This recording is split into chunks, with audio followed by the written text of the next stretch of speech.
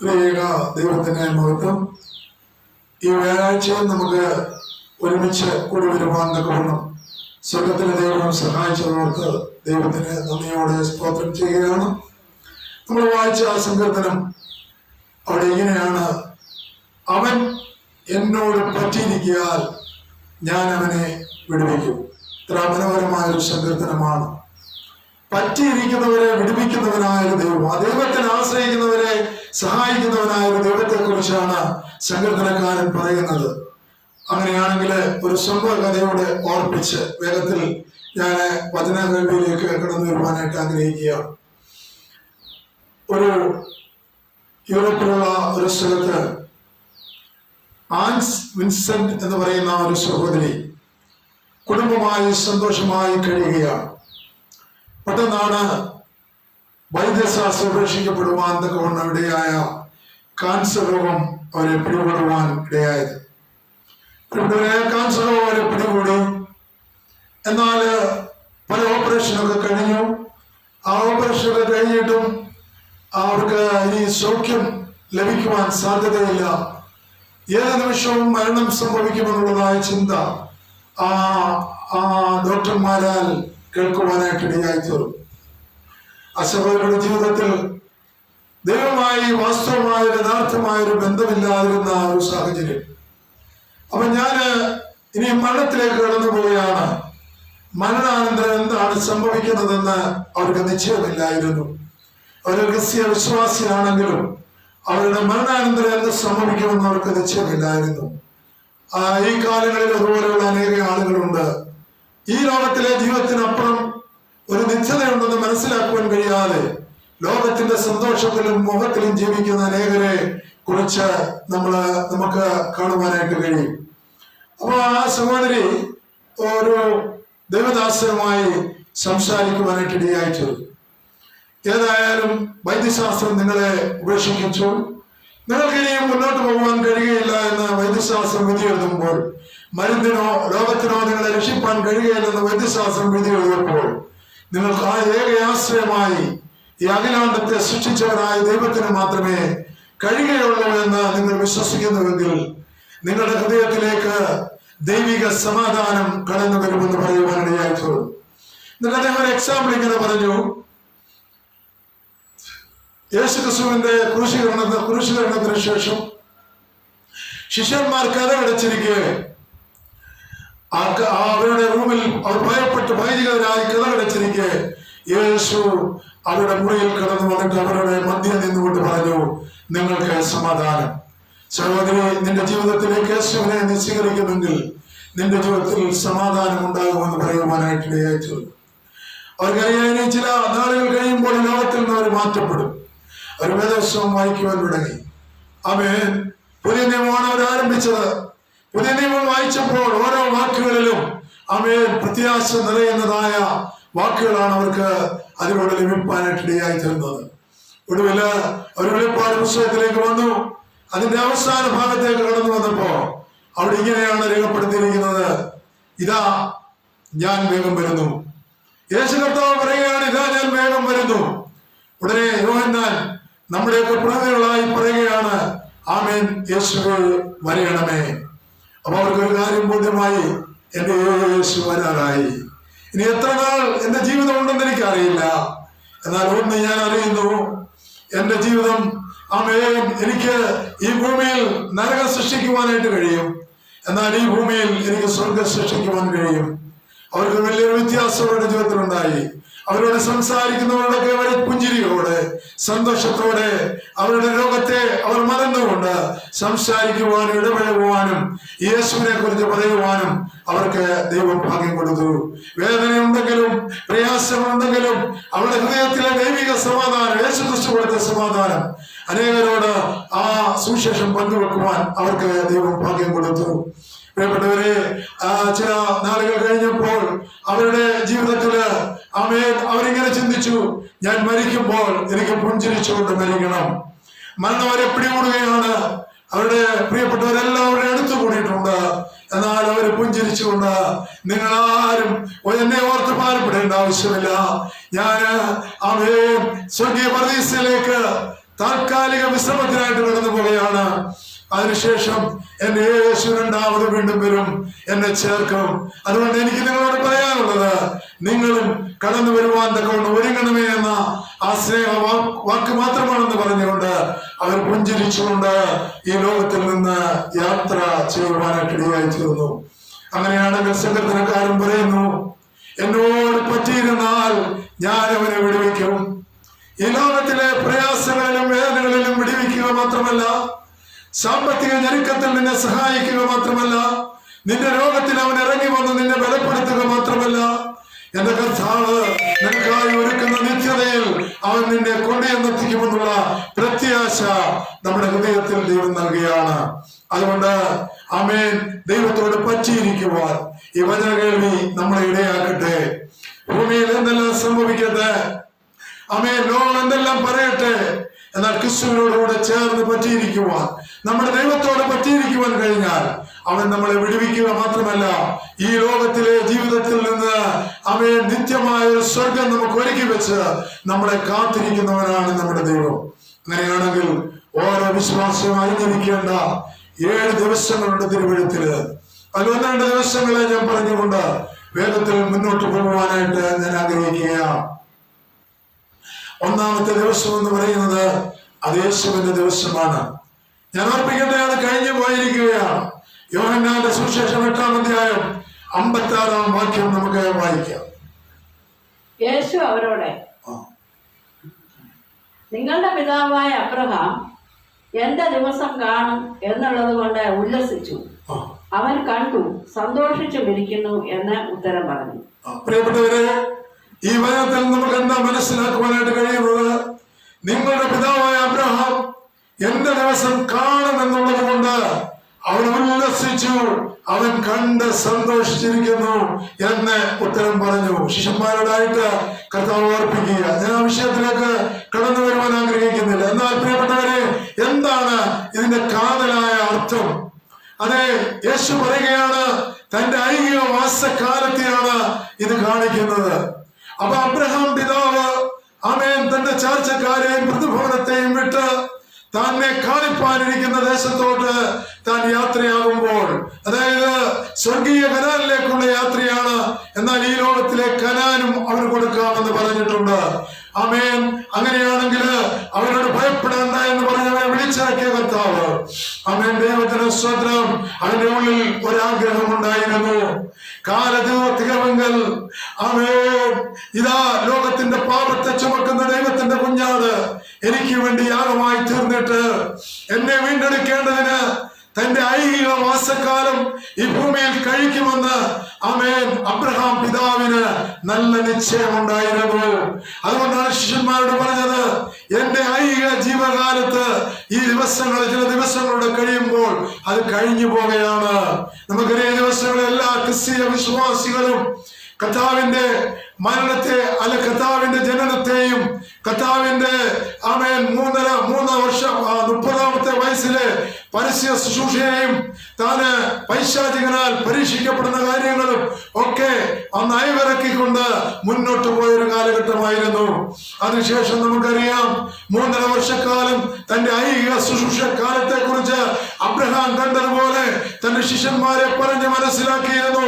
Abraham പിതാവിന് അത് കാണുവാൻ കഴിയുന്നെങ്കിൽ ഇന്നത്തെ യഹൂദ ജനതയ്ക്ക്, അല്ലെങ്കിൽ കർത്താവിന്റെ കാലത്തെ യഹൂദ ജനതയ്ക്ക് അതെന്തുകൊണ്ട് മനസ്സിലാക്കുവാൻ കഴിയുന്നില്ല എന്ന് ആ ശിഷ്യന്മാരെ കുറിച്ച് ഓർപ്പിക്കുകയാണ്, ശിഷ്യന്മാരോട് പറയുകയാണ്. എന്നിട്ട് നമ്മൾ ഓർക്കണം, ദൈവത്തിന് സ്തോത്രം. തുടർന്ന് നമ്മൾ അറിയുകയാണ്, 3.5 വർഷം കഴിഞ്ഞപ്പോൾ താൻ പീലാത്തോസിനാൽ, നാടുവാഴിയായിരുന്ന പീലാത്തോസിനാൽ ക്രൂശിക്കപ്പെടുവാൻ യഹൂദന്മാരുടെ നിർബന്ധ ഹേതുവായി അവനെ വിട്ടുകൊടുക്കുകയാണ്. അവൻ കാൽവരിയിൽ എനിക്കും നിങ്ങൾക്കും വേണ്ടി യാഗമായി തീർന്നു. പ്രിയപ്പെട്ടവരെ, ആ യാഗം ആമേൻ ഇന്ന് വരെയുള്ള സകല മനുഷ്യരുടെയും പാപത്തിന്റെ പരിഹാരത്തിന്റെ ബലിയായിരുന്നുവെന്ന് അബ്രഹാം പിതാവിന് അറിയാമായിരുന്നു. അതുകൊണ്ട് അബ്രഹാം പിതാവ് എന്താ ചെയ്തെന്നറിയാമോ? നിങ്ങളുടെ പിതാവായ അബ്രഹാം എന്റെ ദിവസം കാണുമെന്നുള്ളത് കൊണ്ട് ഉല്ലസിച്ച് അവൻ കണ്ട് സന്തോഷിച്ചിരിക്കുന്നു എന്ന് ഉത്തരം പറഞ്ഞു. അങ്ങനെയാണെങ്കിൽ പഴയ നിയമ വിശ്വാസികളായിരിക്കുന്ന വിശുദ്ധന്മാര് സ്വർഗീയ പർദീസയിൽ ഇരുന്നുകൊണ്ട് ആമേൻ ദൈവത്തിന് സ്തോത്രം, പഴയ നിയമ ഭക്തന്മാര് കർത്താവിന്റെ കാൽവരി ക്രൂശിലെ യാഗം അവർ കാണുകയാണ്. ദൈവത്തിന് സ്തോത്രം. കാരണം ഞങ്ങളെ വീണ്ടെടുക്കുന്ന കർത്താവ് ഞങ്ങൾക്കായി കാൽവരിയിൽ അതാ ആമേൻ ഞങ്ങളുടെ പാപത്തിന്റെ ശിക്ഷ ഏറ്റിരിക്കുന്നു, അങ്ങനെ ഞങ്ങളെ വീണ്ടെടുത്തിരിക്കുന്നു എന്ന് കണ്ട് ഉല്ലസിക്കുവാൻ തക്കവണ്ണം അബ്രഹാം പിതാവിന് കഴിഞ്ഞെങ്കിൽ ഇന്നത്തെ ക്രിസ്ത്യ വിശ്വാസികൾക്ക് എന്തുകൊണ്ട് കാണുവാൻ കഴിയുന്നില്ല? ആമേൻ. എന്റെ പാപത്തിന് വേണ്ടിയാണ് യേശു കാൽവരിയിൽ യാഗമായി തീർന്നത്. എന്നെ വീണ്ടെടുക്കാനാണ് ഞാൻ ഈ ലോകത്തില് ഒരു പിതാവിന്റെയും മാതാവിന്റെയും മകനും മകളുമായി ജനിച്ചു. എന്നാൽ എനിക്ക് തിരിച്ചറിവായപ്പോൾ എനിക്ക് തോന്നിയ പ്രകാരം ഞാൻ നടന്നു. ആമേൻ. എന്റെ ആഗ്രഹങ്ങളും എന്റെ ഇഷ്ടമനുസരിച്ച് ഞാൻ ജീവിച്ചു. എന്നാൽ വേദപുസ്തകത്തിൽ വളരെ വ്യക്തമായി പറയുകയാണ്, നീ ക്രിസ്തുവുമായി യഥാർത്ഥമായ ഒരു ബന്ധത്തിലേക്ക് കടന്നു വരുന്നില്ലെങ്കിൽ അബ്രഹാം പിതാവ് യേശു ക്രിസ്തുവിന്റെ ദിവസം കാണുമെന്നുള്ളത് കൊണ്ട് ഉല്ലസിച്ച് അവൻ കണ്ട് സന്തോഷിച്ചു എന്ന് അവന്റെ അബ്രഹാം പിതാവിന്റെ ജീവിതകാലത്ത് അവൻ അങ്ങനെ വിശ്വസിച്ചിരുന്നുവെങ്കിൽ ഇന്നത്തെ ക്രിസ്ത്യ വിശ്വാസികൾക്ക് എന്തുകൊണ്ട് വിശ്വസിക്കുവാൻ കഴിയുന്നില്ല? പ്രിയപ്പെട്ടവരെ, എന്റെയും നിങ്ങളുടെയും പാപത്തിന്റെ പരിഹാരം അവൻ കാൽവരി ക്രൂശിൽ നമുക്കായി തീർത്തു തന്നു. അതുകൊണ്ട് ഇനിയും നമ്മുടെ പാപം അവൻ ഓർക്കുന്നില്ല. അതുകൊണ്ട് വേദപുസ്തകം നമ്മളെ ഓർപ്പിക്കുന്ന ഒരു കാര്യമുണ്ട്, നിന്റെ പാപം സമുദ്രത്തിന്റെ ആഴത്തിലേക്ക് കർത്താവ് എറിഞ്ഞു കളഞ്ഞു. എന്താ ഇതിന്റെ അർത്ഥം എന്നറിയാമോ? സമുദ്രത്തിന്റെ ആഴത്തിൽ പാപത്തെ എറിഞ്ഞു കളഞ്ഞാൽ ദൈവത്തിന് സ്തോത്രം, പിന്നെ ആർക്കും അത് എടുത്തുകൊണ്ടുവരുവാൻ കഴിയില്ല. ദൈവം മറന്നു കളഞ്ഞ പാപം പിന്നെയും ഓർത്ത് പ്രാർത്ഥിക്കേണ്ട ആവശ്യമില്ല. നമ്മൾ ഒരിക്കലായി മുട്ടുകുത്തി ദൈവസന്നിധിയിൽ, കർത്താവേ ഞാൻ പാപിയായ ഒരു മനുഷ്യനാ, ആമേൻ, ഒരു സത്യകുംഭസാരത്തിലൂടെ ഒരു സത്യകുർബാന അനുഭവത്തിലൂടെ കടന്നു വന്നാൽ നമ്മുടെ പാപങ്ങളെല്ലാം, പഴയകാല പാപങ്ങളെല്ലാം അവൻ ക്ഷമിക്കുകയാണ്. ഇനി ആ പാപം അവൻ ഓർക്കയില്ല എന്ന് നമ്മൾ വിശ്വസിക്കണം. അങ്ങനെയാണെങ്കിൽ വിശ്വാസികൾ അറിഞ്ഞിരിക്കേണ്ട 7 ദിവസങ്ങളിൽ ഒന്നാമത്തെ ദിവസം എന്ന് പറയുന്നത് നമ്മുടെ യേശുവിന്റെ ദിവസമായിരുന്നു. ആമേൻ. കർത്താവിന്റെ ദിവസമായി ഈ ജീവിതകാലം അവൻ പൂർത്തീകരിച്ച് വിജയകരമായി പിതാവിന്റെ വലത്ത് ഭാഗത്തിരുന്ന് എന്റെയും നിങ്ങളുടെയും പാപത്തിന് പരിഹാരം വരുത്തേണ്ടതിന് നല്ലൊരു അഡ്വക്കേറ്റായി ഇന്നും വാദിച്ചുകൊണ്ടിരിക്കുക. ഇന്നീ പ്രസംഗിക്കുന്ന ഞാന് ഇവിടെ നിൽക്കുന്നത് എന്റെ കർത്താവ് പിതാവിനോട് എനിക്ക് വേണ്ടി വാദിച്ചത് കൊണ്ടാ. പ്രിയപ്പെട്ടവരെ, ഞാനും നിങ്ങളും ഈ ഭൂമിയിലായിരിക്കുന്നത് നമുക്ക് വേണ്ടി പക്ഷപാതം ചെയ്യുന്ന ഒരു കർത്താവ് ഉള്ളത് കൊണ്ടാ. നമ്മൾ മറന്നു പോകരുത്. ആ കർത്താവിനെ ഓർക്കുമ്പോൾ എങ്ങനെ നമുക്ക് ഈ കർത്താവിനെ സ്നേഹിക്കാതിരിക്കാൻ കഴിയും?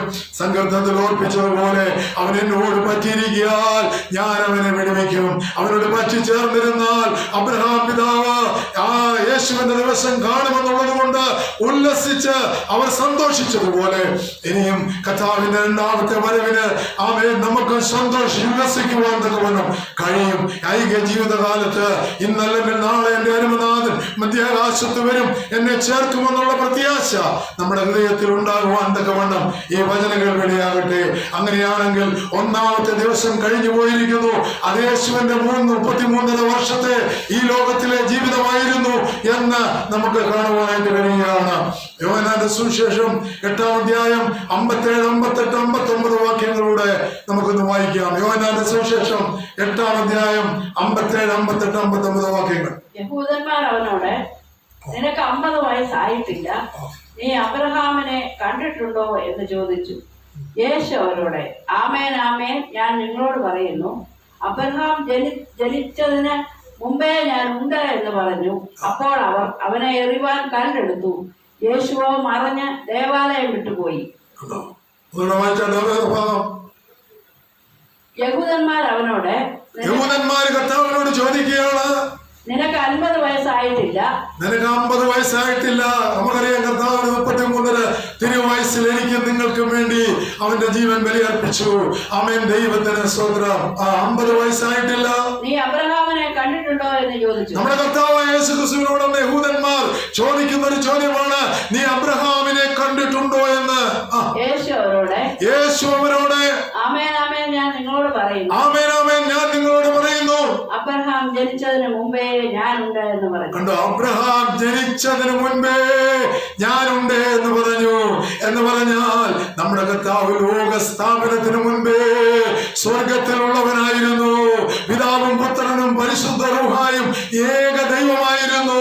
എന്നാൽ മനുഷ്യന്റെ പാപത്തിന്റെ പരിഹാരത്തിന് വേണ്ടി യഹൂദന്മാരെ വീണ്ടെടുക്കുവാൻ അവര് കർത്താവിനെ സ്വീകരിക്കാതിരിക്കുമ്പോൾ അവരെല്ലാവർക്കും വേണ്ടിയാണ് കർത്താവ് ഭൂമിയിലേക്ക് വന്നത്. അതാ കർത്താവിന്റെ ജന്മസമയത്ത് പറയുവാനായിട്ടിടയായി തീർന്നത്, ഇതാ സർവ്വജനത്തിനും ഉണ്ടാകുവാനുള്ള മഹാസന്തോഷം ഞാൻ നിങ്ങളോട് അറിയിക്കുന്നു എന്ന് അവിടെ ദൂതന്മാർ ആട്ടിടയന്മാരോട് പറയുന്നത് നമ്മൾക്കറിയാം. അങ്ങനെയാണെങ്കിൽ യഹൂദന്മാർക്ക് ഒരു സംശയം, നിനക്ക് 50 വയസ്സായിട്ടില്ലല്ലോ, പിന്നെ നീ എങ്ങനെ അബ്രഹാം പിതാവിനെ കാണുന്നത്? അങ്ങനെയാണെങ്കിൽ ഇന്ന് പകൽക്കാലം നമ്മളോട് ദൈവത്തിന്റെ ആത്മാവ് ഒരു ചോദ്യം ചോദിക്കുന്നുണ്ട്. നിനക്ക് 50 വയസ്സായി, നിനക്ക് 60 വയസ്സായിട്ടുണ്ടാകാം. ഈ അബ്രഹാം പിതാവിനെ ഉണ്ടായിരുന്നുവെന്നും ജീവിച്ചിരുന്നുവെന്നും അവൻ കനാലിലേക്ക് യാത്ര ചെയ്തിരുന്നുവെന്നും ആ കനാലിൽ അവൻ ചെന്നെത്തിയിരുന്നുവെന്നും ഇപ്പോൾ അവൻ സ്വർഗീയ പരദീസയിൽ വിശ്രമിക്കുന്നുവെന്നും നമ്മൾ വിശ്വസിക്കുന്നത് കൊണ്ട്, അബ്രഹാം പിതാവിൽ നമ്മൾ വിശ്വസിക്കുന്നത് കൊണ്ട് നമ്മള് വിശ്വാസികളായി തീർന്നിരിക്കുക, ക്രിസ്തീയ വിശ്വാസികളായി നമ്മൾ തീർന്നിരിക്കുകയാ. അപ്പൊ യഹൂദന്മാരുടെ ചോദ്യത്തിന്റെ മറുപടി പക്ഷേ അവർക്ക് അത് ഉൾക്കൊള്ളുവാനായിട്ട് കഴിയുന്നില്ല. യോഹന്നാന്റെ സുവിശേഷം 8-ാം അധ്യായം 52, 53, 54, 55 വാക്യങ്ങളിലൂടെ നമുക്ക് വായിക്കാം. നീയോ എന്റെ വചനം പ്രമാണിക്കുന്നവൻ ഒരു നാളും മരണം ആസ്വദിക്കില്ല എന്ന് പറയുന്നു. നീയോ എന്റെ വചനം പ്രമാണിക്കുന്നവൻ ഒരു നാളും മരണം ആസ്വദിക്കില്ല എന്ന് പറയുന്നു. അതുകൊണ്ടാണ് അപ്പോസ്തലനായ പൗലോസ് പറയുന്നത്, ഒന്നാം പുനരുത്ഥാനത്തിൽ പങ്കുള്ളവൻ ഭാഗ്യവാൻ. അപ്പൊ നോക്കിക്കോണേ, അവിടെ പറയുകയാണ് മരണം ആസ്വദിക്കുകയില്ല എന്ന് പറയുകയാണ്. എന്ന് പറഞ്ഞു കഴിഞ്ഞാൽ ആ ഭാഗമല്ലേ അടുത്ത വാക്യം, ഞങ്ങളുടെ പിതാവായ അബ്രഹാമിനേക്കാൾ നീ വലിയവനോ? അവർ ചോദിക്കുക, ഞങ്ങളുടെ പിതാവായ അബ്രഹാമിനേക്കാൾ നീ വലിയവനോ? അവൻ മരിച്ചു, പ്രവാചകന്മാരും മരിച്ചു. പ്രവാചകന്മാരും മരിച്ചു. നിന്നെ തന്നെ നീ ആരാകുന്നു എന്ന് ചോദിച്ചതിന് നീ ആരാകുന്നു എന്ന് കർത്താവിനോട് അവർ ചോദിക്കുകയാണ് യഹൂദന്മാർ. യേശു, എന്നെ തന്നെ മഹത്വപ്പെടുത്തിയാൽ എന്റെ മഹത്വം ഏതുമില്ല. ഞാൻ എന്നെ തന്നെ മഹത്വപ്പെടുത്തിയാൽ എന്റെ മഹത്വം ഏതുമില്ല. എന്നെ മഹത്വപ്പെടുത്തുന്നത് എന്റെ പിതാവാകുന്നു. അവനെ നിങ്ങളുടെ ദൈവം എന്ന് നിങ്ങൾ അറിയുന്നു. അവൻ നിങ്ങളുടെ ദൈവമെന്ന് നിങ്ങൾ അറിയുന്നു. യഹൂദന്മാരോട് പറയുകയാണ്, എന്നെ മഹത്വപ്പെടുത്തുന്നത് പിതാവാം ദൈവമാകുന്നു. അവൻ നിങ്ങളുടെ ദൈവമെന്ന് നിങ്ങൾ അറിയുന്നുവെങ്കിൽ എന്തുകൊണ്ട് നിങ്ങൾ മിശിഹായെ വിശ്വസിക്കുവാൻ നിങ്ങൾക്ക് കഴിയുന്നില്ലെന്ന് അവരോട് ചോദിക്കുന്ന ചോദ്യവും ഇന്ന് ലോകത്തോട് ചോദിച്ചുകൊണ്ടിരിക്കുകയാണ്.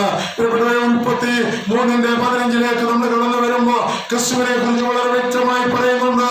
പാമ്പിന്റെ തലയെ തകർക്കുന്നവനായ ഒരു ക്രിസ്തുവിനെ അവിടെ കാണിക്കുന്നുണ്ട്. സ്ത്രീയുടെ സന്തതി പാമ്പിന്റെ തലയെ തകർക്കുമെന്ന് പറയുമ്പോൾ നോക്കിയേ, ലോക സ്ഥാപനത്തിന് മുമ്പേ വിശുദ്ധ ഗ്രന്ഥത്തിൽ രേഖപ്പെടുത്തേണ്ട കാര്യം അവിടെ രേഖപ്പെടുത്തിയിരിക്കുകയാണ്. ഈ സ്ത്രീ ആരായിരുന്നു? അത് വിശുദ്ധ കന്യമറിയാമായിരുന്നു. കന്യമറിയാമിന്റെ ഉദരത്തിൽ പരിശുദ്ധാത്മാവിനാൽ യേശു ക്രിസ്തു ജനനം കൊള്ളുകയും ഒടുവിൽ സ്ത്രീയുടെ സന്തതി കാൽവരി ക്രൂശിൽ പാമ്പിന്റെ തലയെ തകർത്ത് കളഞ്ഞു. പ്രിയപ്പെട്ടവരെ, ഇന്ന് പാമ്പിന്റെ വാലിന് മാത്രമേ ശക്തിയുള്ളൂ. അതുകൊണ്ട് നമ്മളൊരു കാര്യം മറന്നു പോകരുത്, നമ്മുടെ ദൈവം ഇന്നും ജീവിക്കുന്ന ദൈവമാണ്. അവൻ പിതാവിന്റെ വലത്തുഭാഗത്ത് ഇന്നും ജീവിക്കുന്ന ദൈവമാണ് അവന് എന്ന് നമ്മൾ മറന്നു പോകരുത്. യെശയ്യാ പ്രവാചകനില് 7-ാം അധ്യായം 14-ാം വാക്യത്തിലേക്ക് കടന്നു വരുമ്പോൾ നമ്മൾ കാണുന്നുണ്ട്. യെശയ്യാ 7:14.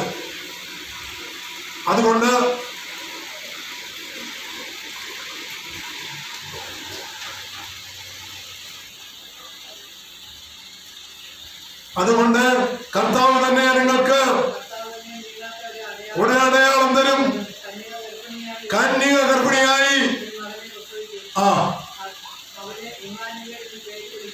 അവൻ ഇമ്മാനുവേൽ എന്ന് പേർ വിളിക്കൂ. പ്രിയപ്പെട്ടവരെ, നമ്മുടെ അനുഭവം ദൈവനാഥനായ യേശു കർത്താവിനെ കുറിച്ച് ഉൽപ്പത്തി പുസ്തകത്തിൽ പറഞ്ഞിരിക്കുക, അബ്രഹാം ഒക്കെയും വിശ്വസിച്ചിരുന്നു. അതുകൊണ്ടാണ് യേശുവിന്റെ ഒരു ദിവസം വരുമെന്ന് അവര് ആമേൻ ഉല്ലസിച്ചത്, അവരാഗ്രഹിച്ചത്, അവരത് വിശ്വസിച്ചത് എന്ന് നമുക്ക് കാണുവാനായിട്ട് കഴിയും. അപ്പൊ നോക്കിക്കോണേ, സ്ത്രീയുടെ സന്തതി കാൽവരി ക്രൂശിൽ പാമ്പിന്റെ തലയെ തകർത്തുവെങ്കിൽ ഇവിടെ യെശയ്യാ പ്രവാചകന് അവരെ ചോദിക്കുന്നുണ്ട്, പ്രവാചകന്മാരെല്ലാം മരിച്ചു പോയല്ലോ, അബ്രഹാം പിതാവെല്ലാം മരിച്ചു പോയല്ലോ, നോഹയെ പോലുള്ളവരൊക്കെ മരിച്ചു പോയല്ലോ, പിന്നെ നീ എങ്ങനെയാണ് ഇങ്ങനെ സംസാരിക്കുന്നതെന്ന് ചോദിക്കുക. അവർക്കൊരു അബദ്ധം പറ്റി, മിശിഹായെ അവർക്ക് മനസ്സിലാക്കുവാൻ കഴിഞ്ഞില്ല. ഇന്ന് ലോകത്തിന് പറ്റിയിരിക്കുന്ന അബദ്ധം അതാണ്. ആമേൻ.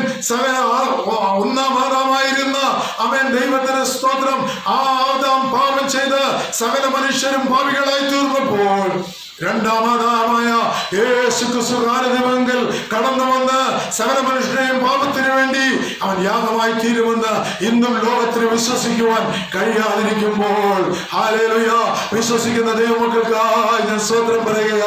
ഹല്ലേലൂയ പറഞ്ഞാട്ട് ഹല്ലേലൂയ, ദൈവത്തിന് സ്തോത്രം. അതുകൊണ്ട് ആമേൻ ഇവിടെ പറയുകയാണ്, കർത്താവ് തന്നെ നിങ്ങൾക്ക് ഒരു അടയാളം തരും, കന്യക ഗർഭിണിയായി ഒരു മകനെ പ്രസവിക്കും, അവൻ ഇമ്മാനുവേൽ എന്ന് പേർ വിളിക്കും. ദൈവം നമ്മോടുകൂടെ എന്നർത്ഥം വരുന്ന ഇമ്മാനുവേൽ എന്ന പേർ വിളിക്കും. യെശയ്യാ 53 5, 6, 7, 8 വാക്യങ്ങളില് നമ്മളിങ്ങനെ കാണുന്നുണ്ട്. അവ ഈ പഴയ ഭക്തന്മാർ മുഴുവൻ യേശുവിന്റെ ദിവസം കാണുമെന്ന് വിശ്വസിച്ചു. എന്നാൽ അവരുടെ ഐഹിക ജീവിതകാലത്ത് അവർക്ക് കാണുവാൻ കഴിഞ്ഞില്ല.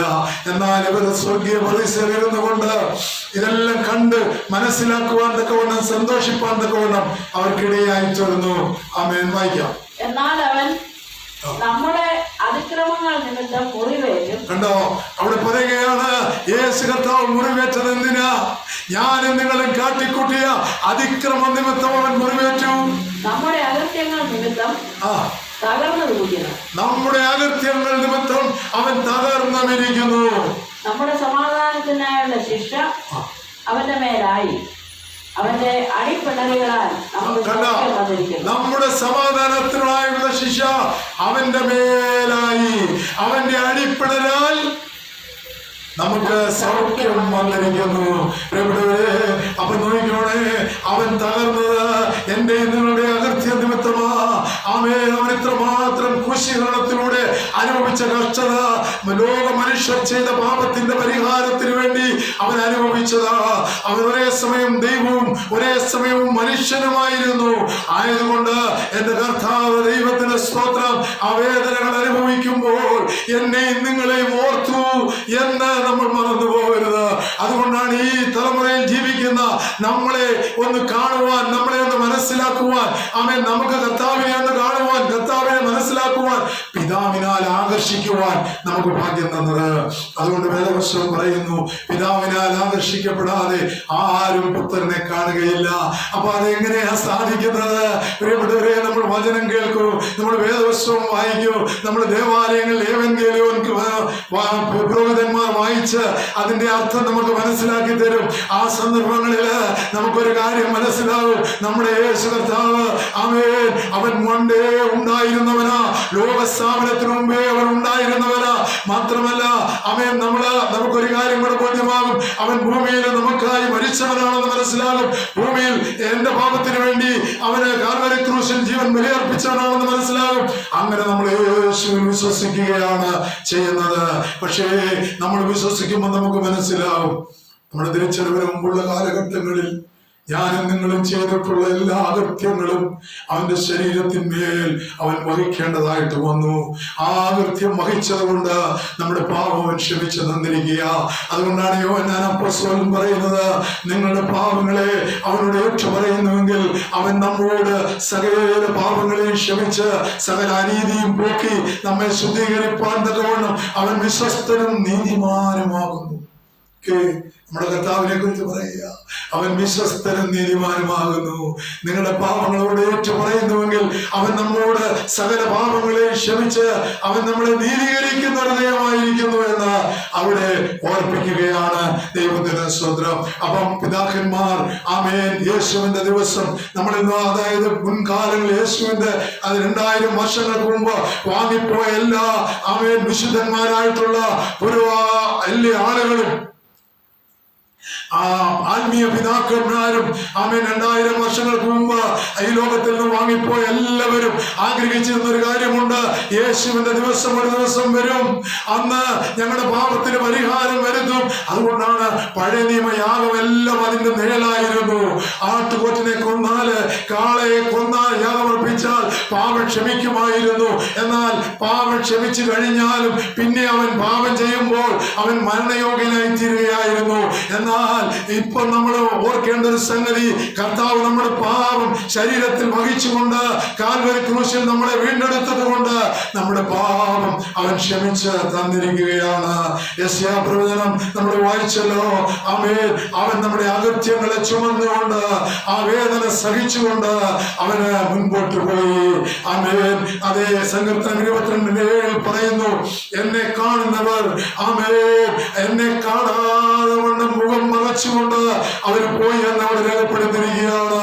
അങ്ങനെയല്ലേ? 22:7 സങ്കീർത്തനം 22:7 ഉണ്ടോ? എന്നെ കാണുന്നവരൊക്കെയും അവരെന്നെ പരിഹസിക്കുന്നു, അവരതരം മലർത്തി തല കുലുക്കുന്നു. പ്രിയപ്പെട്ടവരെ, സങ്കീർത്തന രചയിതാവ് പോലും രേഖപ്പെടുത്തിയിരിക്കുക. അവന്റെ അസ്ഥി കൂടം പോലെ ആയിരിക്കുന്നു. 22:14 പറയുന്നുണ്ട്, എന്റെ അസ്ഥികളെയൊക്കെയും എനിക്ക് കേട്ടാം. വിശ്വാസികൾക്ക് ഒരു നോട്ടം പോലും ഒന്നുപോലും കാണുവാൻ കഴിയാത്തവണ്ണം അത്രമാത്രം നമ്മുടെ കർത്താവ് വിരുവനായി തീരുന്നു. അവൻ 10,000 സുന്ദരനായിരുന്നു. ഹല്ലേലൂയ. വെണ്മയും ചുവപ്പുള്ളവനായിരുന്നു. അവൻ മനുഷ്യനായ ഭൂമിയിൽ പിറന്ന് നമ്മുടെ പാപത്തിന് വേണ്ടി അടിയേറ്റപ്പോൾ, മുറിവുകൾ ആമേൻ ഏൽക്കേണ്ടി വന്നപ്പോൾ, ദൈവത്തിന് സ്തോത്രം, കൈകളിലും കാലുകളിലും ആണി തറയ്ക്കപ്പെട്ടപ്പോൾ, ആമേൻ അവനെ ചാട്ടവാറ് കൊണ്ട് അടിച്ചപ്പോൾ അവന്റെ അസ്ഥികളൊക്കെ നോക്കിയാൽ എണ്ണുവാൻ കഴിയുന്ന വണ്ണം ആയിത്തീർന്നു. അതുകൊണ്ടാണ് സങ്കീർത്തനക്കാരൻ പറയുന്നത്, അവന്റെ അടിപ്പിണരാൽ എനിക്ക് സൗഖ്യം വന്നിരിക്കുന്നു. ആമേൻ. 22-ാം സങ്കീർത്തനം 1-ാം വാക്യത്തില് 7-ാമത്തെ മൊഴി കർത്താവ് പറയുന്നുണ്ട്, എന്റെ ദൈവമേ, എന്റെ ദൈവമേ, എന്നെ കൈവിട്ടതെന്ത് എന്ന് പറയുന്നു. എന്നെ ഞരക്കത്തിന്റെ വാക്കുകൾ കേൾക്കാതെ നീ ആകുന്നിരിക്കുന്നത് എന്ത്? പ്രിയപ്പെട്ടവരെ, നമുക്കറിയാം അത്രമാത്രം വേദന സഹിക്കാൻ വയ്യാതെ മനുഷ്യനെന്ന നിലയിൽ സഹിക്കാൻ കഴിയാത്തത് കൊണ്ടാ എന്റെ യേശു സ്വർഗത്തിലേക്ക് നോക്കി, പിതാവാം ദൈവത്തോട് നോക്കി പറയുന്നത്, എന്റെ ദൈവമേ, എന്റെ ദൈവമേ, എന്നെ കൈവിട്ടതെന്ത് എന്നിട്ട് പറയുകയാ, എങ്കിലും എന്റെ ഇഷ്ടമല്ല നിന്റെ ഇഷ്ടം പോലെ ഭവിക്കട്ടെ. പ്രിയപ്പെട്ടവരെ, അതായിരുന്നു യേശുവിന്റെ ദിവസങ്ങള്. ആമേൻ. അങ്ങനെയാണെങ്കിൽ ആമേൻ, ഞാൻ ഓർപ്പിച്ചു, ലൂക്കോസ് 2:10 പറയുന്നുണ്ട്, ദൂതൻ അവരോട് ആമേൻ ഭയപ്പെടേണ്ട, ആമേൻ സർവ്വജനത്തിനും ഉണ്ടാകുവാനുള്ള മഹാസന്തോഷം ഞാൻ നിങ്ങളെ അറിയിക്കുന്നു. അതുപോലെ തന്നെ യേശു കർത്താവ് വീണ്ടും മടങ്ങി വരുമെന്ന് പ്രവൃത്തി 1:11 പറയുന്നുണ്ട്. അതോടെ നമുക്ക് വായിക്കാം. ഇത് യേശുവിന്റെ ദിവസം കഴിഞ്ഞ് ഇനി 40-ാം ദിവസം 40 ദിവസം കഴിഞ്ഞ് സ്വർഗ്ഗാരോഹണം ചെയ്യുന്നതിന് മുൻപ് ആമേൻ ഒലിവുമലയിൽ വെച്ച് ദൈവത്തിന്റെ സ്തോത്രം ആ ദിവസങ്ങളിൽ 10 ദിവസത്തിന് മുൻപ് ഒലിവുമലയിൽ സ്വർഗ്ഗാരോഹണം ചെയ്യുന്നതിന് മുൻപ് നടക്കുന്ന സംഭവമാണ്. പുരുഷന്മാരെ, നിങ്ങൾ ആകാശത്തിലേക്ക് നോക്കി നിൽക്കുന്നത് കണ്ടോ? അവരാകാശത്തേക്ക് നോക്കി നിൽക്കുക. ഓർക്കണം, ഗലീല പുരുഷന്മാരായിരുന്നു. കുറച്ച് ശിഷ്യന്മാർ മാത്രമേ ഒലിവുമലയിൽ കടന്നു വന്നിട്ടുള്ളൂ. കർത്താവ് തന്റെ സ്വർഗ്ഗാരോഹണ സമയത്തോട് അടുക്കുകയാണ്. ആമേൻ. അടുത്തപ്പോൾ ഒരു മേഘം വന്ന് മൂടി കർത്താവ് സ്വർഗത്തിലേക്ക് എടുക്കപ്പെടുകയാണ്. കർത്താവ് എടുക്കപ്പെട്ടു കഴിയുമ്പോൾ അവർ നിരാശരായി ദൈവത്തിന് സ്തോത്രം, അവർക്കാകെ ഭാരമായി ഇനി ഒലിവുമലയിൽ ഇറങ്ങി ചെല്ലുമ്പോൾ എന്ത് സംഭവിക്കുമെന്ന് പേടിയായി. ഉടനെ ആമേൻ അവിടെ പറയുകയാണ്, ആരാ പറഞ്ഞ് നിങ്ങളെ വിട്ട് സ്വർഗ്ഗാരോഹണം ചെയ്ത ആദ്യമായിട്ട് പോയി ഗലീല പുരുഷന്മാര്. അവൻ പോകുന്ന നേരം അവർ ആകാശത്തിലേക്ക് ഉറ്റുനോക്കും. അവൻ പോകുന്ന നേരം ആകാശത്തിലേക്ക് ഉറ്റുനോക്കുകയാണ്. വെള്ളവസ്ത്രം ധരിച്ച 2 പുരുഷന്മാർ. വെള്ളവസ്ത്രം ധരിച്ച 2 പുരുഷന്മാർ. വിശ്വസിക്കുന്ന ദൈവം അറിയാം. വേദപഠിതാക്കൾ പറയാറുണ്ട്, 2 ദൂതന്മാര് ആമേൻ ആദ്യം കർത്താവിന്റെ ജനനത്തെ കുറിച്ച് പറഞ്ഞെങ്കിൽ ആമേൻ ഐഹിക ജീവിതകാലം കഴിഞ്ഞു. ദൈവത്തിന് സ്തോത്രം, ഹല്ലേലൂയ. ആമേൻ താൻ സ്വർഗവാസത്തിലേക്ക് കടന്നു പോകുന്നതിന് മുമ്പ് ആമേൻ ഇവിടെ പറയുകയാണ് 2 പുരുഷന്മാർ. അപ്പൊ അത് പഴയ നിയമ ഭക്തന്മാരാണെന്ന് വേദപുസ്തകം വളരെ വ്യക്തമായി പറയുന്നുണ്ട്. 3 പേരുണ്ട്. ആമേൻ. നമുക്കറിയാം മോശ, ഏലിയാവ്, ഈ 3 പേരും സ്വർഗത്തിലേക്ക് പോയിരിക്കുന്നുവെന്ന് വിശുദ്ധ വേദപുസ്തകം സാക്ഷ്യം പറയുന്നത് കൊണ്ട് ഇവരിലെ 2 പേര് അത് മോശയും ഏലിയാവുമാണെന്ന് വേദപണ്ഡിതാക്കൾ പറയുന്നുണ്ട്. ആമേൻ. അവിടെ പറയുകയാണ്, 2 പുരുഷന്മാർ അവന്റെ അടുക്കൽ നിന്നു ഗലീല പുരുഷന്മാരെ നിങ്ങൾ ആകാശത്തിലേക്ക് നോക്കി നിൽക്കുന്നതെന്ത്? നിങ്ങളെ വിട്ട് സ്വർഗ്ഗാരോഹണം ചെയ്ത ഈ യേശുവിനെ സ്വർഗത്തിലേക്ക് പോകുന്നവനായി നിങ്ങൾ കണ്ടതുപോലെ തന്നെ അവൻ വീണ്ടും വരുമെന്ന് പറഞ്ഞു. പ്രിയപ്പെട്ടവരെ, ഗലീല പുരുഷന്മാരോട് പറയുകയാണ്, നിങ്ങൾ എന്തിനാ ഇങ്ങനെ വിഷമിച്ച് ആകാശത്തേക്ക് നോക്കി നിൽക്കുന്നത്? നിങ്ങളെ വിട്ട് സ്വർഗ്ഗാരോഹണം ചെയ്യുന്നത് നിങ്ങൾ കണ്ടുവെങ്കിൽ വീണ്ടും അവൻ വന്ന് നിങ്ങളെ ചേർക്കുന്ന ഒരു ദിവസമുണ്ട്. അതാണ് 1 തെസ്സലോനിക്കർ 4:16 ഇങ്ങനെ പറയുന്നത്, കർത്താവ് തൻ ഗംഭീരനാദത്തോടും പ്രധാനമന്ത്രിയുടെ ശബ്ദത്തോടും ദൈവത്തിന്റെ കാഹളത്തോടും കൂടെ സ്വർഗത്തിൽ നിറങ്ങി വരികയും ക്രിസ്തുവിൽ മരിച്ചവർ മുമ്പെഴുന്നേൽക്കുകയും പിന്നെ ജീവനോട് ശേഷിക്കുന്ന നാം അവനെ എതിരേൽക്കുവാൻ ആകാശമേഘങ്ങളിൽ എടുക്കപ്പെടുകയും ചെയ്യും. അത് പൗലോസ്ലീഹ ആമേൻ തന്റെ സഭയെ പഠിപ്പിച്ചതാണ്. ദൈവത്തിന്റെ ആത്മാവിന്റെ ഉള്ളിൽ തന്നത് പറഞ്ഞതാണ്. അതുകൊണ്ട് മറന്നു പോകരുത്. ഇനി ലോകത്തിൽ നടക്കുവാൻ പോകുന്ന ഏറ്റവും വലിയ സംഭവം എന്ന് പറയുന്നത് ഒരു ഭൂമി കുലുക്കമല്ല. ഇന്ത്യയും പാകിസ്ഥാനും തമ്മിൽ ഒരുപക്ഷെ ഒരു യുദ്ധം നടന്നാൽ ആ യുദ്ധമല്ല. ലോകരാഷ്ട്രങ്ങൾ തമ്മിൽ നടന്നാൽ ആ ഒരു യുദ്ധമുണ്ടായാൽ അത് യുദ്ധങ്ങളല്ല. അവൻ ദാരിദ്ര്യം ഉണ്ടായാൽ, കോവിഡ് പോലുള്ള രോഗങ്ങൾ വന്നാൽ അതൊന്നുമല്ല ഇനി സംഭവിക്കുവാൻ പോകുന്നത്. ഇനി സംഭവിക്കുവാൻ പോകുന്ന, ലോകത്തിൽ നടക്കുവാൻ പോകുന്ന ഏറ്റവും വലിയ സംഭവം എന്ന് പറയുന്നത് നമ്മുടെ അരുമനാഥന്റെ മടങ്ങി വരുക. സ്വത്രം പറയാൻ കഴിയുമോ? നമ്മുടെ കർത്താവ് അധികം താമസത്തിന് വരാൻ പോകുക. ലോകം അത് വിളിച്ചറിയിച്ചു കൊണ്ടിരിക്കുക. അതുകൊണ്ട് ഒന്ന് വിശുദ്ധന്മാർ നോക്കി പാർത്തിരിക്കുന്നത് എന്തായിരുന്നു? യേശുവിന്റെ ദിവസമാ. ഈ തലമുറയിൽ ജീവിക്കുന്ന നമ്മള് യേശുവിന്റെ ദിവസം കണ്ടിട്ടില്ല. എന്നാൽ ആമേൻ, യേശുവിന്റെ ദിവസം കണ്ട ശിഷ്യന്മാർ അവർ കണ്ടതും അവർ കണ്ണുകൊണ്ട് കണ്ടതും അവർ തൊട്ടതും അവർ കൈ തൊട്ടതുമായ അവർ കേട്ടതുമായ കാര്യങ്ങള് ആമേൻ അവർ നമുക്കായി എഴുതി വെച്ചു. അതാണ് വിശുദ്ധ വചനം. ആ വചനത്തില് പറഞ്ഞിരിക്കുന്നത് നമ്മൾ അതേപോലെ വിശ്വസിച്ചാൽ ദൈവത്തിന്റെ മഹത്വം കാണും. ഒരു കുഞ്ഞിനെ പോലെ നമ്മൾ വിശ്വസിക്കുമ്പോൾ നമ്മൾ ദൈവത്തിന്റെ മഹത്വം കാണും. അവൻ ക്രിസ്തു ഐഹിക ജീവിതകാലം ഉണ്ടായിരുന്നുവെന്ന് വിശുദ്ധ വേദപുസ്തകം വളരെ വ്യക്തമായി വെളിപ്പെടുത്തിയത് ഞാൻ നിങ്ങളെ കമ്പിവാക്യത്തിൽ ഓർപ്പിച്ചല്ലോ. ദൈവത്തിന് സ്വന്തം. അങ്ങനെയാണെങ്കിൽ അമേൻ സാക്ഷി അങ്ങനെയാണെങ്കിൽ അമേൻ ഇങ്ങനെ ഒരു പാട്ടുണ്ടല്ലോ. അമേൻ ഇത് കാണാതെ വിശ്വസിക്കുന്ന നമ്മൾ ഓരോരുത്തരും പാടിയൊരു പാട്ടാണ്. സാക്ഷികൾ സമൂഹം എന്റെ ചുറ്റിലോ നിൽക്കുന്നായിരമേ, സാക്ഷികൾ സമൂഹം എന്റെ ചുറ്റിലോ നിൽക്കുന്നായിരമേ,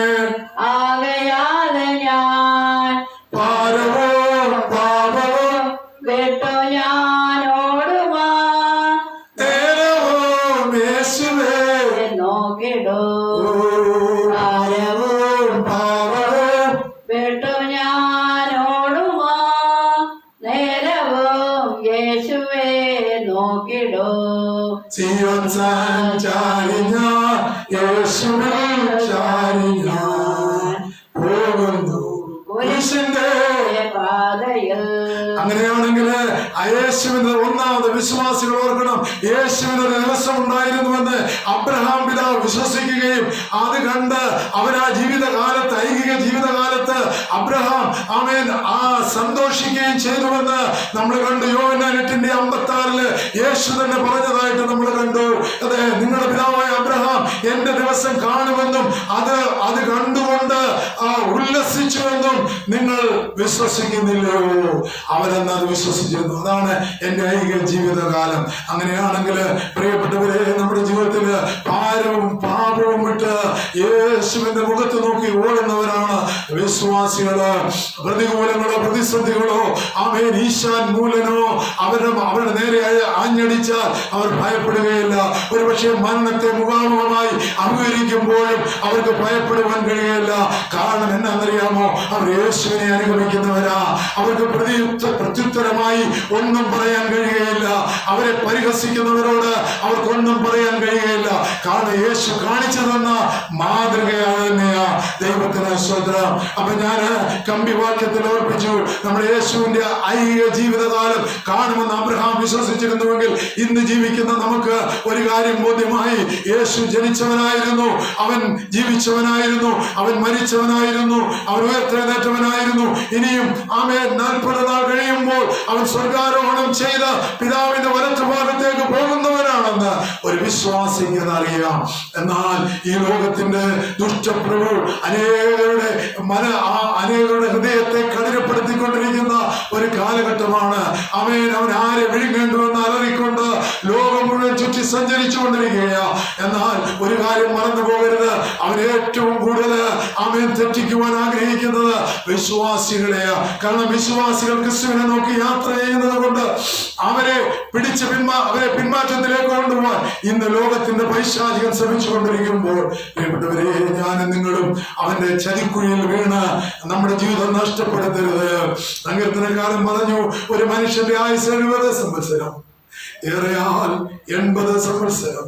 അതിന്റെ പ്രതാപം പ്രയാസവും ദുഃഖവും അത്രേ, അത് വേഗം തീരുകയും ഞങ്ങൾ പറന്നു പോവുകയും ചെയ്യും. ഈ പ്രത്യാശ തള്ളിക്കളയരുത്. ലോകം തരുന്ന എല്ലാ സുഖങ്ങളും താൽക്കാലിക സുഖങ്ങളാ. അങ്ങനെയാണെങ്കിൽ അബ്രഹാം പിതാവ് കൊണ്ട് ഐഹിക യേശുവിന്റെ ദിവസം, ഐഹിക ജീവിതകാലം കഴിഞ്ഞു എന്ന് വിശ്വസിക്കുന്നവരാ ഈ കാലങ്ങളിൽ ജീവിക്കുന്നത്. അപ്പൊ രണ്ടാമതായിട്ട് 1 കൊരിന്ത്യർ 4:3 പറയുന്നു, മനുഷ്യന്റെ ദിവസം. മനുഷ്യനെ വേണമെങ്കിൽ ഈ കാലയളവിൽ കർത്താവിനെ അവരുടെ ഹൃദയത്തിൽ രക്ഷിതാവും നാഥനുമായി സ്വീകരിക്കാം, വേണ്ട എങ്കിൽ ഉപേക്ഷിക്കാം. സ്വാതന്ത്ര്യം തന്നിരിക്കുക. ഇവിടെ യാതൊരു നിർബന്ധവുമില്ല. ദൈവം നമുക്ക് സ്വാതന്ത്ര്യം ഏതൻ പർദീസയിൽ ആദാമിനും ഹവ്വയ്ക്കും സ്വാതന്ത്ര്യം കൊടുത്തിരുന്നു. എന്നാൽ പിശാച് അവരെ പരീക്ഷിച്ചപ്പോൾ അവർ ആ ഫലം തിന്നതുകൊണ്ട് അവർ നഗ്നരായി തീർന്നു, ഏദൻ തോട്ടത്തിൽ നിന്ന് പുറത്താക്കി. അപ്പൊ അവർക്ക് സ്വാതന്ത്ര്യം കൊടുത്തതുപോലെ ഈ ദിവസങ്ങളിൽ ഒരു മനുഷ്യന്റെ ദിവസമാണ്. ഈ ദിവസങ്ങളിലും നമുക്ക് സ്വാതന്ത്ര്യം തന്നിരിക്കും. മനുഷ്യർ കഴിക്കുന്ന വല്ല വിസ്താരത്തിലോ, നിങ്ങൾ മനുഷ്യർ കഴിക്കുന്ന വല്ല വിസ്താരത്തിലോ എന്നെ വിധിക്കുന്നത് എനിക്ക് എത്രയും ലഘുകാര്യം പൗലോസ് പറയുകയാണ്. മനുഷ്യർ കഴിക്കുന്ന വല്ല വിസ്താരത്തിലോ എന്നെ വിധിക്കുന്നത് എനിക്ക് എത്ര ലഘുകാര്യം. ഞാൻ എന്നെ തന്നെ വിധിക്കുന്നതുമില്ല. പൗലോസ് കർത്താവിന് വേണ്ടി ഓടി അധ്വാനിച്ച് നടക്കുമ്പോൾ അനേകരവനെ കുറ്റം പറയുന്നുണ്ട്. അവൻ പ്രത്യേകിച്ച് ദൈവത്തിന്റെ സ്തോത്രം, യഹൂദ റബ്ബിമാരും അതുപോലെ തന്നെ യഹൂദന്മാരായിട്ടുള്ള പരീശന്മാരും ശാസ്ത്രിമാരും സദൂക്യരും അവനെ കുറ്റം പറയുന്നുണ്ട്. ഇവന് ആരായിരുന്നു മുൻപ്? ഇവൻ ഗമാലിയലിന്റെ പാദപീഠത്തിൽ ഇരുന്നവനായിരുന്നു, വചനം അതുപോലെ പഠിച്ചവനായിരുന്നു. അവനിപ്പോഴ് യേശുവിന്റെ പുറകാലെ കൂടിയിരിക്കുകയാ. യഹൂദന്മാരെ നേർവഴിക്ക് നടത്തേണ്ടവനായിരുന്നു എന്നൊക്കെ പറയുമ്പോൾ നിങ്ങൾ മനുഷ്യർ കഴിക്കുന്ന എല്ലാ വിസ്താരത്തിലും എന്നെ വിധിക്കുന്നതൊക്കെ എനിക്ക് ലഘുകാര്യമാണ്. അപ്പം ബൈബിളുമായി ഇറങ്ങിപ്പോകുന്ന ഒരു സഹോദരനെ ആളുകൾ വിമർശിക്കുമ്പോൾ അതൊക്കെ ലഘുകാര്യമാണെന്ന് കരുതണം. അങ്ങനെയുള്ള കാര്യങ്ങൾ നമ്മുടെ ചെവിയിൽ കേൾക്കുമ്പോൾ അത് ലഘുകാര്യമാണെന്ന് ഓർക്കണം. എന്നെ നിങ്ങളെ ഏൽപ്പിച്ച ശുശ്രൂഷ ചെയ്യുക എന്നുള്ളതാണ് വലിയ കാര്യം. അതുകൊണ്ട് ഇവിടെ പറയുകയാണ്, എനിക്ക് എന്നെ തന്നെ വിധിക്കുന്നതുമില്ല. എനിക്ക് യാതൊരു കുറ്റത്തെ കുറിച്ചും ബോധമില്ലെങ്കിലും അതിനാൽ ഞാൻ നീതിമാനെന്ന് വരികയില്ല. അതെ, എനിക്ക് ഞാൻ ചെയ്യുന്ന കുറ്റത്തെ കുറിച്ച് എനിക്ക് ബോധ്യമുണ്ട്. അതുകൊണ്ട് എന്നെ വിധിക്കുവാൻ എനിക്ക് കഴിയും. മറ്റു മനുഷ്യന്റെ വിധി എനിക്ക് ആവശ്യമില്ല. ദൈവത്തിന്റെ പരിശുദ്ധ റൂഹ എന്നിലൂടെ സംസാരിക്കുമ്പോൾ ആ കാര്യങ്ങൾ എനിക്ക് ബോധ്യപ്പെടുമെന്ന് പൗലോസ്ലീഹ പറയുകയാണ്.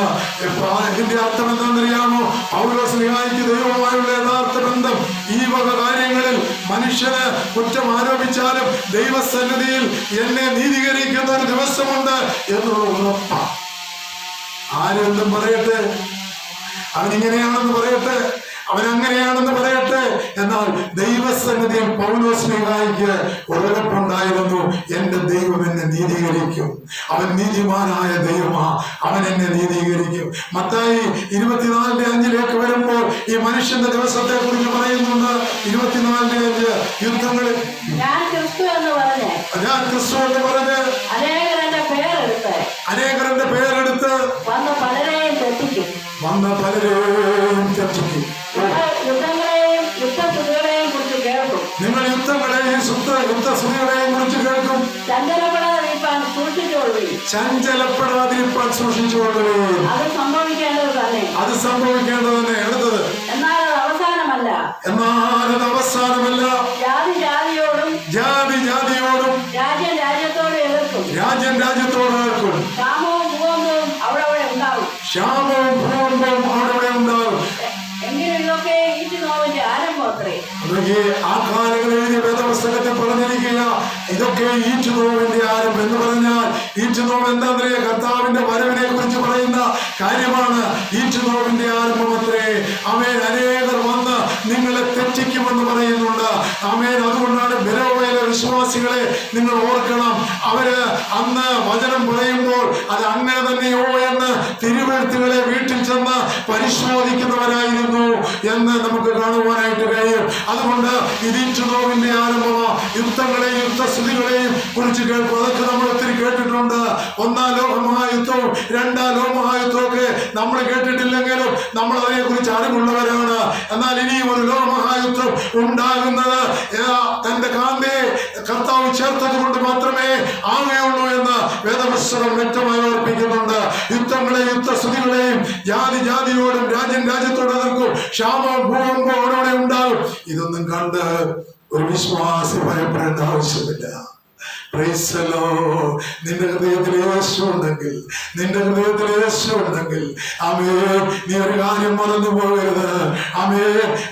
വെളിപ്പാട് പുസ്തകം 3:20 ഇങ്ങനെ പറയുന്നു, കണ്ടാലും ഞാൻ വാതിൽക്കൽ നിന്ന് മുട്ടുന്നു. വയസ്സ് 70 80 90 ഈ ലോകത്തിലെ ചില കാര്യങ്ങൾക്ക് വേണ്ടി നമ്മള് ജയ് വിളിക്കുന്നവരായിരുന്നില്ലേ? എന്നാൽ കർത്താവ് പറയുക, നിന്റെ അമ്മയുടെ ഉദരത്തിൽ നീ ഉരുവാകുന്നതിന് മുമ്പ് ഞാൻ നിന്റെ ഹൃദയത്തിനെ തൊട്ടിട്ടുണ്ട്. നീ ജനിച്ചു വളർന്ന് നിന്റെ ഈ പ്രായം വരെയും നിന്റെ ഹൃദയവാതിക്കൽ വന്ന് മുട്ടിട്ടുണ്ട്. നീ എനിക്കായി നിന്റെ ഹൃദയവാതിൽ തുറന്നിട്ടുണ്ടോ എന്ന് ചോദിച്ചാൽ ആമേൻ പറയാൻ നമുക്ക് കഴിയണം. ആമേൻ. കർത്താവേ, എന്റെ ഹൃദയവാതിൽ നിനക്കായി ഒരു സമയം ഞാൻ തുറന്നു തന്നു. എന്റെ അനുഭവം അതാ. 91 രാത്രി ഈ ലോകത്തിന് എന്നെ സഹായിപ്പാൻ കഴിയില്ലെന്ന് കരുതിയപ്പോൾ, എന്റെ വൈദ്യശാസ്ത്രത്തിനെ ഞങ്ങളെ സഹായിപ്പാൻ കഴിയില്ലെന്ന് കരുതിയപ്പോൾ, മുട്ടുമടക്കി ദൈവസന്നിധിയിൽ ഇരുന്നപ്പോൾ ഞാൻ കേട്ടൊരു വചനമുണ്ട്. എനിക്കത് മറക്കാൻ കഴിയില്ല. ഭയപ്പെടേണ്ട, ഞാൻ നിന്നോടുകൂടെ ഉണ്ട്. ഞാൻ നിന്റെ ദൈവമാകുന്നു. ഞാൻ നിന്നെ ശക്തീകരിക്കും. എന്റെ നീതിയുള്ള വരം കൈകൊണ്ട് ഞാൻ നിന്നെ താങ്ങും. അന്ന് രാത്രി എന്റെ ഹൃദയത്തിന്റെ ഉള്ളിലേക്ക് കടന്നു വന്ന യേശുവിന് എന്റെ ഹൃദയത്തിൽ ഞാൻ സ്ഥാനം കൊടുത്തു.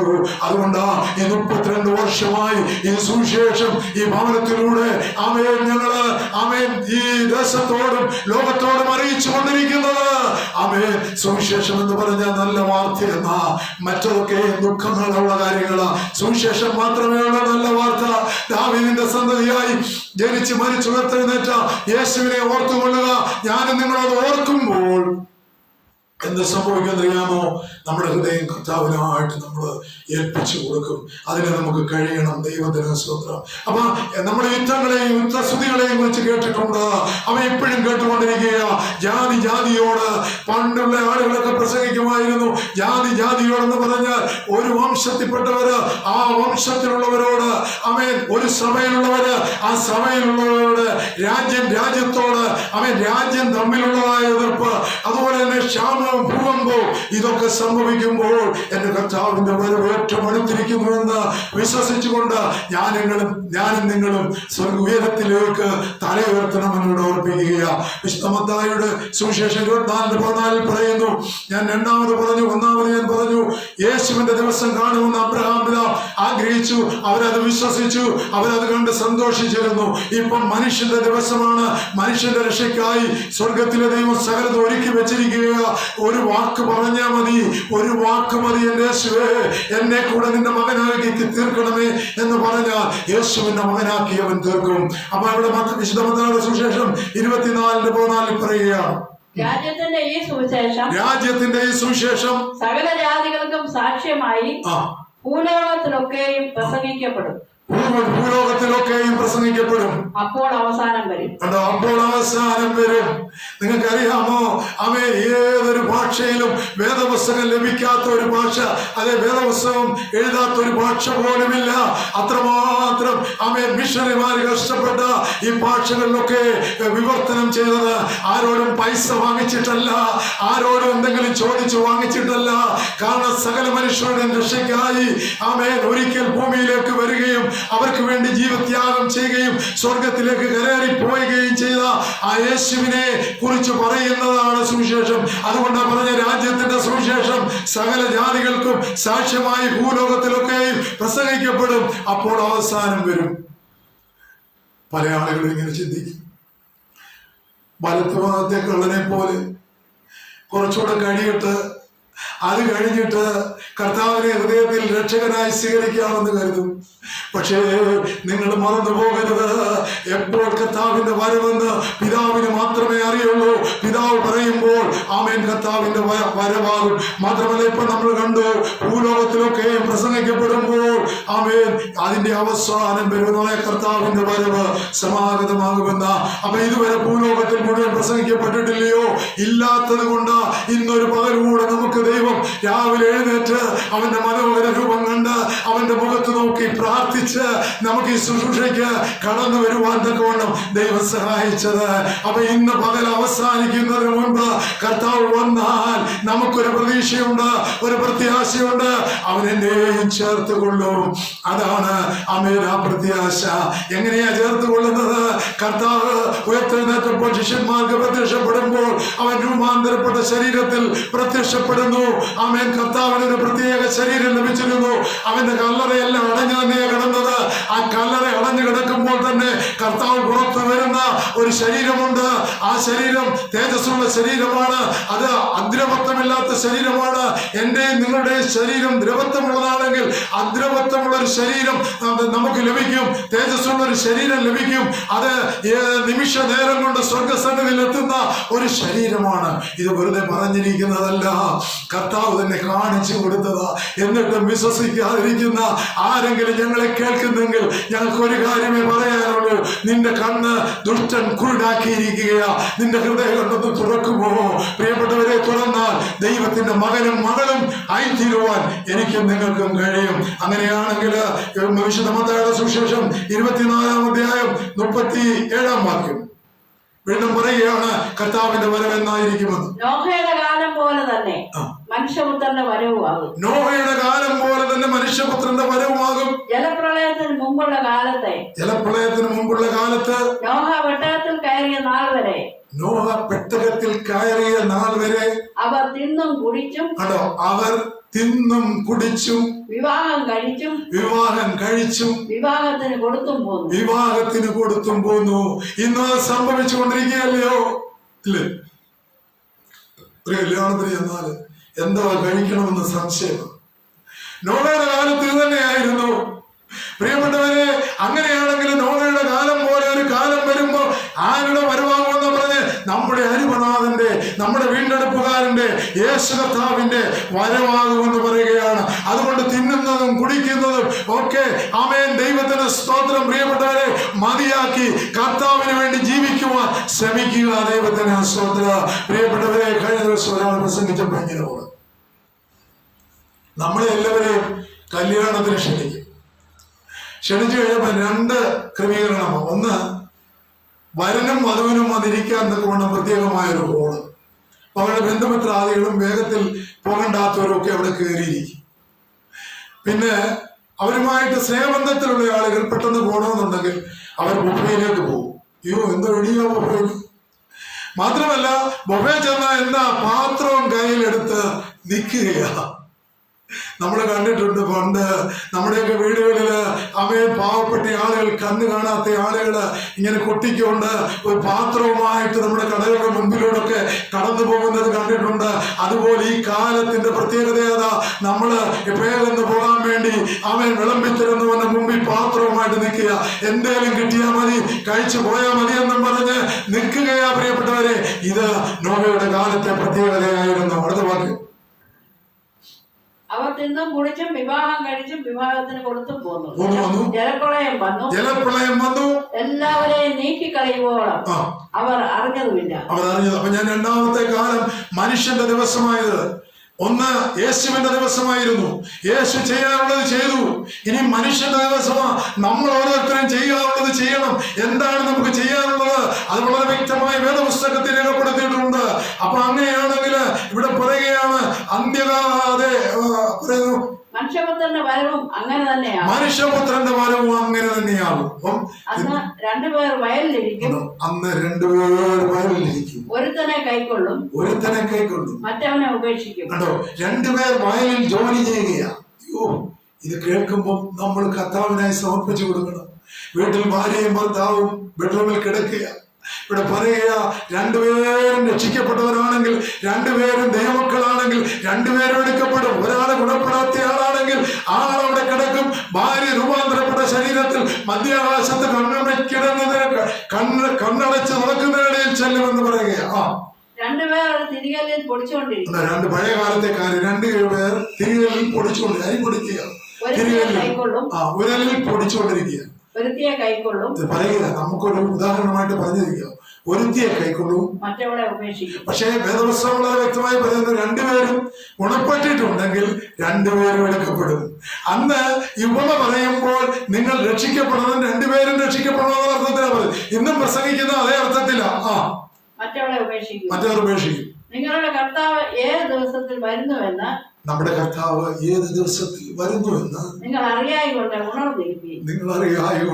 ഉണർന്നിരിപ്പീൻ. കള്ളൻ വരുന്ന യാമം ഇന്നതെന്ന് വീട്ടുടയൻ അറിഞ്ഞുവെങ്കിൽ, കള്ളൻ വരുന്ന യാമം ഇന്ന സമയമാണെന്ന് വീട്ടുടയവൻ അറിഞ്ഞിരുന്നുവെങ്കിൽ അവൻ ഉണർന്നിരിക്കുകയും തന്റെ വീട് തുറക്കുവാൻ സമ്മതിക്കാതിരിക്കുകയും. കള്ളൻ വരുന്ന സമയം ആർക്കെങ്കിലും അറിയാമെങ്കിൽ നമ്മുടെ 10 ഫ്രണ്ട്സിനെയൊക്കെ കൂട്ടി നമ്മൾ ഉണർന്നിരിക്കും. അവനെ തുറന്നു മുട്ടിക്കാൻ സമ്മതിക്കാതിരിക്കുകയും ചെയ്യുന്നു. അതുപോലെ കർത്താവ് കള്ളനല്ല. കർത്താവ് അതുപോലെ സന്ദർഭോചിതമായി ഓർപ്പിച്ചതേ ഉള്ളൂ.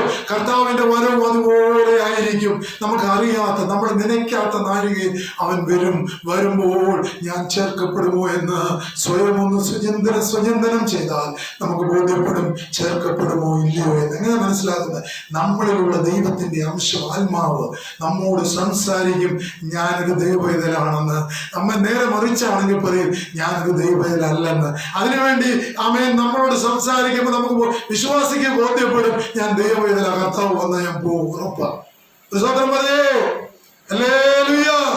ദൈവത്തിന് സ്വതന്ത്രം. അപ്പൊ അങ്ങനെയാണെങ്കിൽ കർത്താവിന്റെ പോലെ ഇത് മനുഷ്യന്റെ ദിവസമാണ്. നമുക്ക് വേണേ സ്വീകരിക്കാം, വേണ്ട സ്വീകരിക്കണ്ട, ആരെയും നിർബന്ധിക്കത്തില്ല. അടിയില്ല, പിടിയില്ല, ജയിലിൽ കിടക്കണ്ട, ഒന്നുമില്ല. നിനക്ക് വേണേ സ്വീകരിക്കാം, വേണ്ടേ സ്വീകരിക്കണ്ട. പക്ഷേ ഈ ജീവിതം കഴിഞ്ഞു കഴിഞ്ഞാൽ മറ്റൊരു ജീവിതമുണ്ടെന്ന് ദൈവത്തിന് സ്വതന്ത്രം നമ്മൾ മറന്നു പോകരുത്. ഹല്ലേലൂയ. അനേക നിരീശ്വരവാദികൾ മരിക്കുന്ന സമയത്ത് അവസാനം അവർ പറയും, എന്റെ ദൈവമേ എന്ന് പറയും.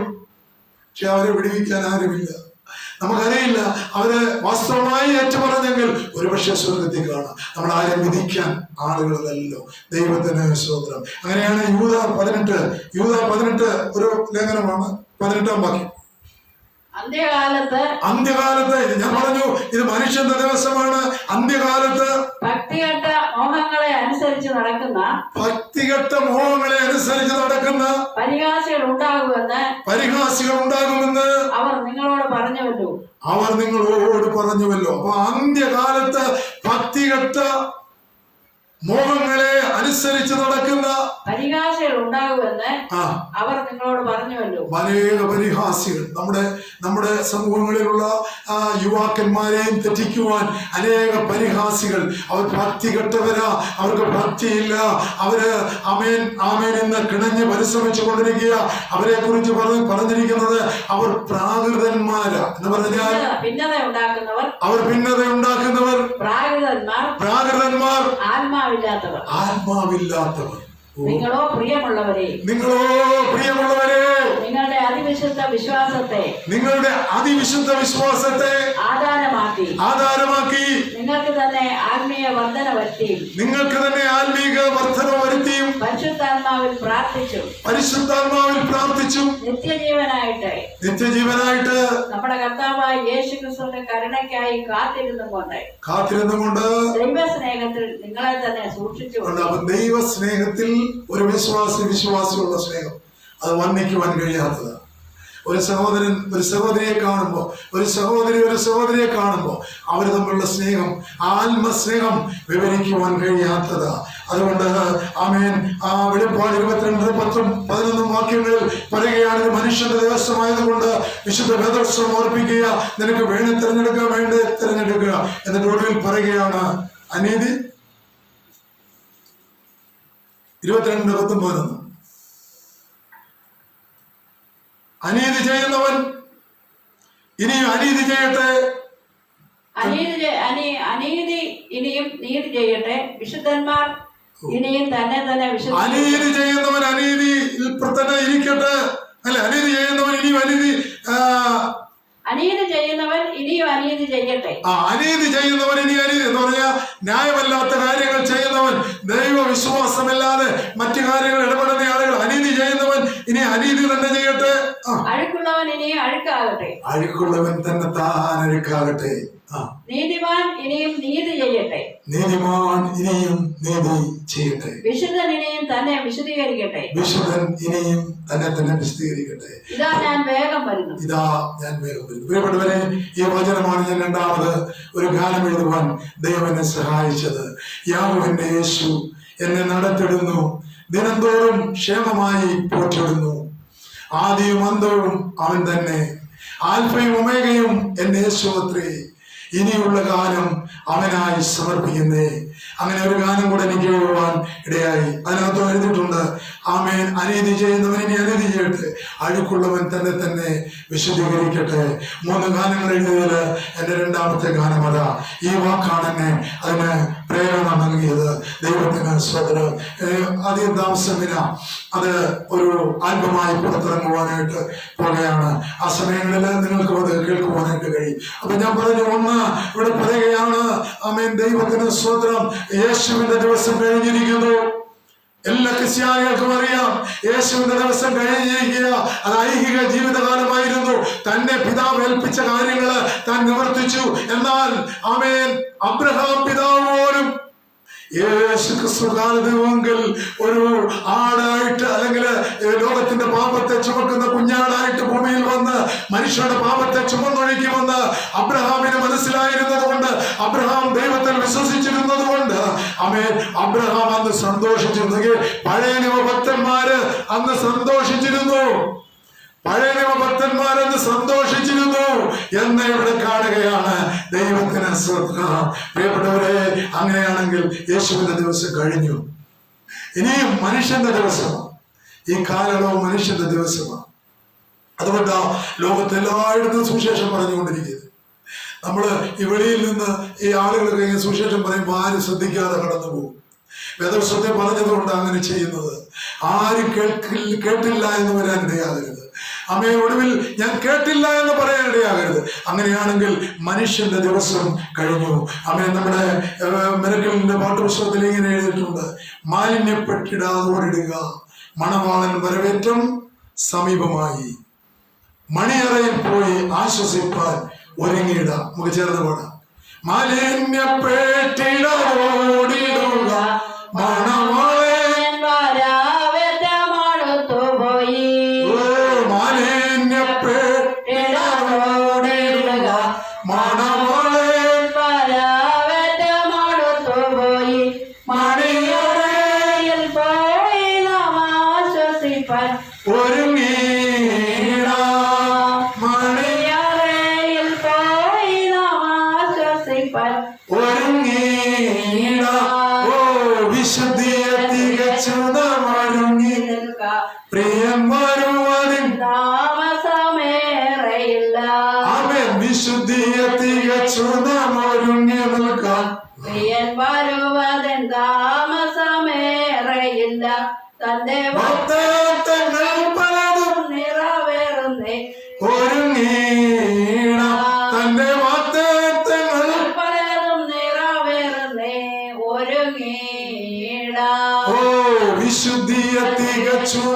ഒരുങ്ങി നിൽക്ക പ്രിയം താമസമേറയില്ല.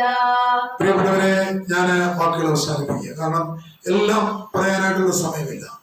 ഒരു വിശ്വാസി തിരുവഴുത്തുകളിൽ പറഞ്ഞിരിക്കുന്ന 7 ദിവസങ്ങൾ അറിഞ്ഞിരിക്കണം. അതിൽ ഒന്നാമത്തെ ദിവസം ഞാൻ പറഞ്ഞു, യേശുവിന്റെ ദിവസം. കർത്താവിന്റെ ഐഹിക ജീവിതകാലം 33.5 വയസ്സ് വരെ താൻ ഭൂമിയിൽ ജീവിച്ച് തന്നെ ഏൽപ്പിച്ച ശുശ്രൂഷ, പിതാവാന്തയോട് ഏൽപ്പിച്ച ശുശ്രൂഷ താൻ നിർവഹിച്ച കാര്യം. അങ്ങനെയാണെങ്കിൽ നമ്മൾ കുറിവാക്യമായിട്ട് കണ്ടു, നമ്മൾ എന്ത് ചെയ്യണമെന്നാണ് നമ്മൾ അവിടെ പറയുക, അവൻ എന്നോട് പറ്റിയിരിക്കാൻ ഞാൻ അവനെ വിടുവിക്കും. ഈ വിടുതൽ ലോകപ്രകാരമുള്ള വിടുതലല്ല. നമ്മൾ കർത്താവിനോട് പറ്റിച്ചേർന്നിരുന്നാൽ കർത്താവിന്റെ ഗംഭീരനാദത്തിങ്കൽ അവന്റെ ശബ്ദം കേൾക്കുകയും നമ്മളും ആ കാല ശബ്ദം കേൾക്കുമ്പോൾ രൂപാന്തരപ്പെട്ട ശരീരത്തിൽ നമ്മുടെ കർത്താവ് മധ്യാകാശം വരെ ഇനിയും വരികയുള്ളൂ. ഒരിക്കലും അവൻ ഭൂമിയിൽ വന്നു, ഇനി രണ്ടാമത് താൻ വരുന്നത് മധ്യാകാശത്താ.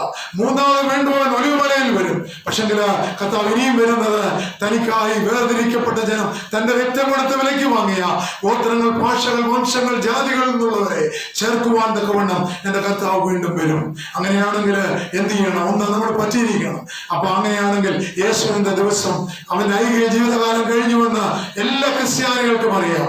അതൊരു കാലത്ത് സംഭവിച്ചു കഴിഞ്ഞു. എന്നാൽ എല്ലാ വർഷവും നമ്മൾ ആ ഓർമ്മയെ പുതുക്കുന്നുണ്ട്. നമ്മൾ എന്താ ചെയ്യുന്ന? ഓർമ്മയെ പുതുക്കുക. പ്രിയപ്പെട്ടവരെ, ആ ഓർമ്മയെ പുതുക്കുമ്പോൾ എനിക്കും കർത്താവിനോട് പോകണമെന്നുള്ള ആഗ്രഹം നമ്മുടെ ഹൃദയത്തിൽ ദൈവത്തിന്റെ പരിശുദ്ധാത്മാവ് തരാൻ വേണ്ടിയ പിതാക്കന്മാർ ക്രമീകരണങ്ങൾ ചെയ്തിരിക്കുന്നത്. രണ്ടാമത് ഞാൻ പറഞ്ഞു, മനുഷ്യന്റെ ദിവസം. ഈ കാലം മനുഷ്യന്റെ ദിവസമാണ്. ഐഹിക ജീവിതം കഴിഞ്ഞു. നമ്മൾ കണ്ടു, അവര് ആ സിഹുവന്മാരിയിൽ ഒന്നിച്ചിരുന്നു. കർത്താവ് പറഞ്ഞ വാഗ്ദത്തത്തിന് വേണ്ടി കാത്തിരുന്നു. അവർക്ക് പരിശുദ്ധാത്മാവിനെ ലഭിച്ചു. അവര് ലോകം മുഴുവൻ കർത്താവിന്റെ സാക്ഷികളായി തീർന്നു. അങ്ങനെയാണെങ്കിൽ മനുഷ്യന്റെ ദിവസം സാക്ഷികളായി തീർന്നത് തന്നെ ഒരു തെളിവാണ്. ഈ കാലയളവ് മനുഷ്യന്റെ ദിവസമാണ്. ഞാൻ ആദ്യം ഓർമ്മിച്ചതുപോലെ വേണമെങ്കിൽ സ്വീകരിക്കാം, വേണ്ട എങ്കിൽ മറക്കാം. ഞാൻ 7 ദിവസങ്ങളെ കുറിച്ച് പറയാനുള്ള സമയം ഇല്ലാത്തത് കൊണ്ട് അടുത്ത ദിവസം നമുക്ക് ബാക്കി സമയെ കുറിച്ച് കാര്യങ്ങളെ കുറിച്ച് ചിന്തിക്കാം. ആമേൻ. അങ്ങനെയാണെങ്കിൽ രണ്ട് ദിവസത്തെ കുറിച്ച് പറഞ്ഞു. ഒന്ന്, കർത്താവിന്റെ ദിവസം, അത് ഐഹിക ജീവിതകാലം. അത് കഴിഞ്ഞുപോയി.